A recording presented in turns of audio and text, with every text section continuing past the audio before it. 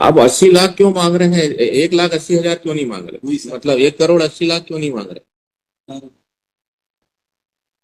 थोड़ा सा मैं बताना चाह रहा था। नहीं, मैं देख लिया। जी। आप चाहते हैं कि आपको इन्होंने जो इतनी लंबी लिटिगेशन में आपको उलझा के रखा, जी। उसके लिए आपको हर्जाना दिलाया जाए। जी। ठीक है, तो यहाँ पर कैसे 80 लाख किस हिसाब से आपने नापा कि हमको 80 लाख मिलना चाहिए? आपकी क्षति 80 लाख की हुई, ये कैसे पता लगेगा? सर, एक तो इसमें जो है हमको 15 साल से इतना परेशान होना पड़ा।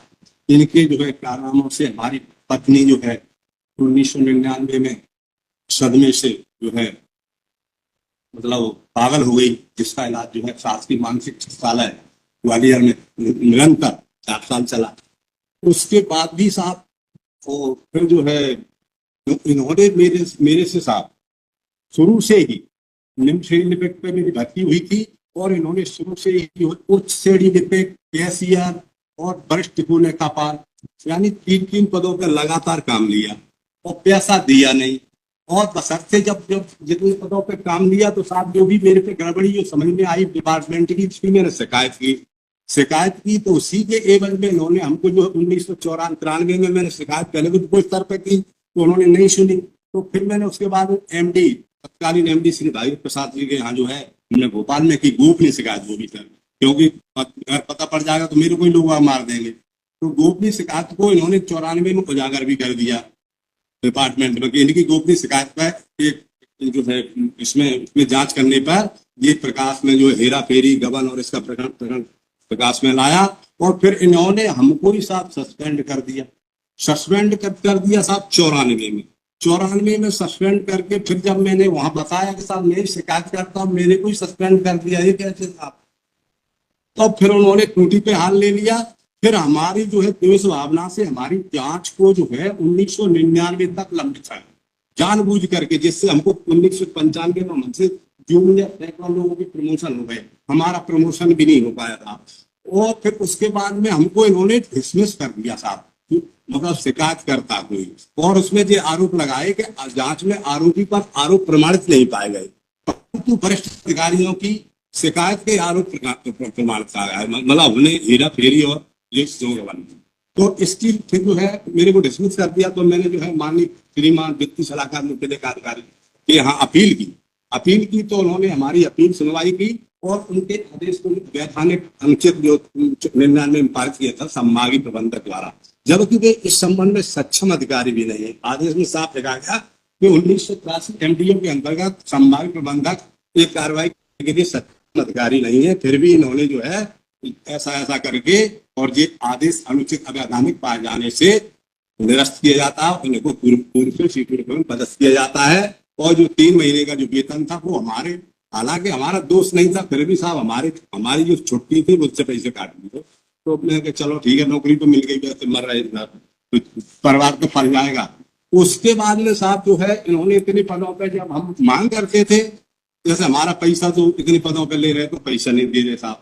और अभी भी जो फिर हमने जो है इसको जो लेबर कोर्ट में भी लगाया, वहां पर भी 6 साल केस चला, तो साहब उन्होंने सब झूठे शपथ पत्र पेश करके वो वहां पर भी हमारा डिसमिस करवा दिया। लेबर कोर्ट में काहे के लिए फाइल किया था आपने? वो उसमें हमारा साथ यही था कि हमको ये इतना ओवर टाइम ड्यूटी ली है, और 23 साल में साहब पूरे रिकॉर्ड में है 23 की छुट्टी नहीं दी इन्होंने। हमारे यहाँ कोई कमी होगी तब भी नहीं दी कि कर्मचारियों का अभाव है, पैस का काम है, ये तो डेली चलता है, पता है छुट्टी दिया जाना बोले ये तो मैं कि छुट्टी नहीं दे तो पैसे ही दे दो, पैसा भी नहीं, कुछ भी नहीं। और साहब इससे जो है हमारा परिवार पूरी तरह से साहब प्रताड़ित है। हमारी माँ 100 साल की है वो पीड़ित जो है करा रही है कि हमको न्याय मिल जाए, क्योंकि उन्होंने साहब हमारे लिए ही जो है खेती है, खेती से साहब लोन लेके जो है मेरे को साहब दिए थे तो वो मैं दे नहीं पाया, तो उनके साथ पेंशन से वो पैसे कट रहे हैं। तो वो अभी मेरे से ये बोली कि बेटा तेरे को न्याय मिलेगा कि नहीं मिलेगा? मैंने ये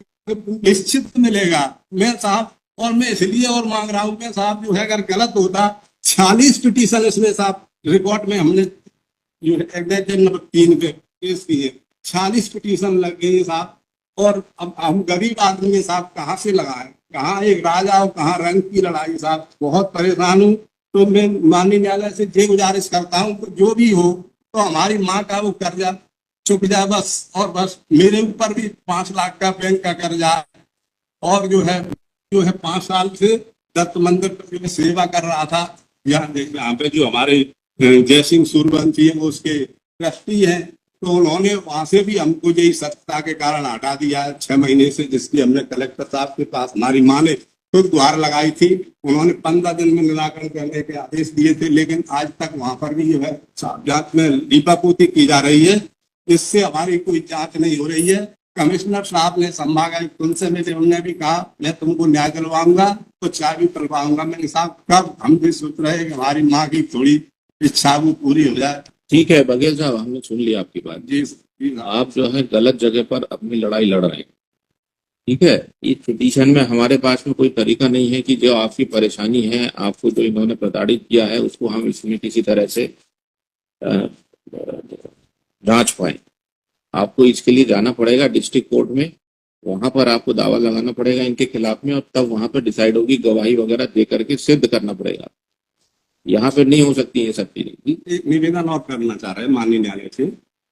माननीय न्यायालय से निवेदन ये है कि इसमें गवाह सबूतों के इसमें सब कागज लगे हुए हैं, और दूसरे जो इनके आदेश है ना जो, तो माननीय न्यायालय द्वारा ही निरस्त किए गए हैं। और इनकी तबीयत फिर भी नहीं भरी, तो जो डबल बेंच में गए वहां पर भी इनके आदेश से निरस्त कर दिए गए। आरोप तो साफ प्रमाणित हो गए इन पर, और ये हमको ही आरोपी बना रहे हैं अभी भी। इसलिए हम माननीय न्यायालय से।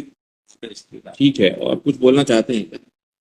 आपको स्वतंत्रता दे देंगे, आप डिस्ट्रिक्ट कोर्ट में लगाइए, ये सब गवाही दे करके सब साबित करिए और वहां से वसूल करिए। यहाँ नहीं हो सकती है सब चीज। तो साहब वहां पे कुछ टाइम लिमिट, अभी तो आपने शुरू ही नहीं करी लड़ाई, कहाँ से टाइम लिमिट फिक्स करें?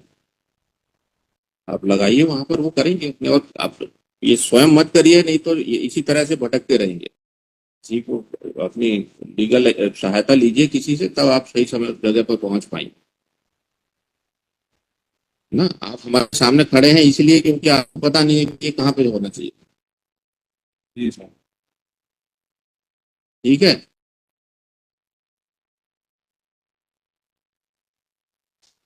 अब हम तो जानते हैं ये इसीलिए तो बोल रहे हैं, आप जानते नहीं है, इसीलिए किसी वकील साहब को लीजिए। नहीं है पैसा तो लीगल एड में जाइए, वहां से वो आपको वकील दिला देंगे। लिखिए इसमें, the petitioner has filed this petition praying but having the petitioner in person appeared and submitted that because of the illegal orders passed by the respondents MPSRTC में थे आप, respondent MPSRTC for he has made to suffer mental and physical agony. He submits that because of the illegal actions from her, his wife got mentally ill and is अभी भी पत्नी का इलाज चल रहा है अभी भी। जी हाँ। is still under treatment. He also says that his old aged mother is also suffering because of the illegal orders passed by the respondent corporation. Next, looking to the amendments made in the repetitions, various allegations have been made against the respondents, which are required to be established by leading evidence. The relief prayed by the petitioner cannot be adjudicated in the instant writ petition, as the same involves adjudication of disputed questions of facts. Therefore, this petition is not entertained. It is accordingly dismissed. Petitioner is at liberty to file appropriate proceedings before the appropriate court for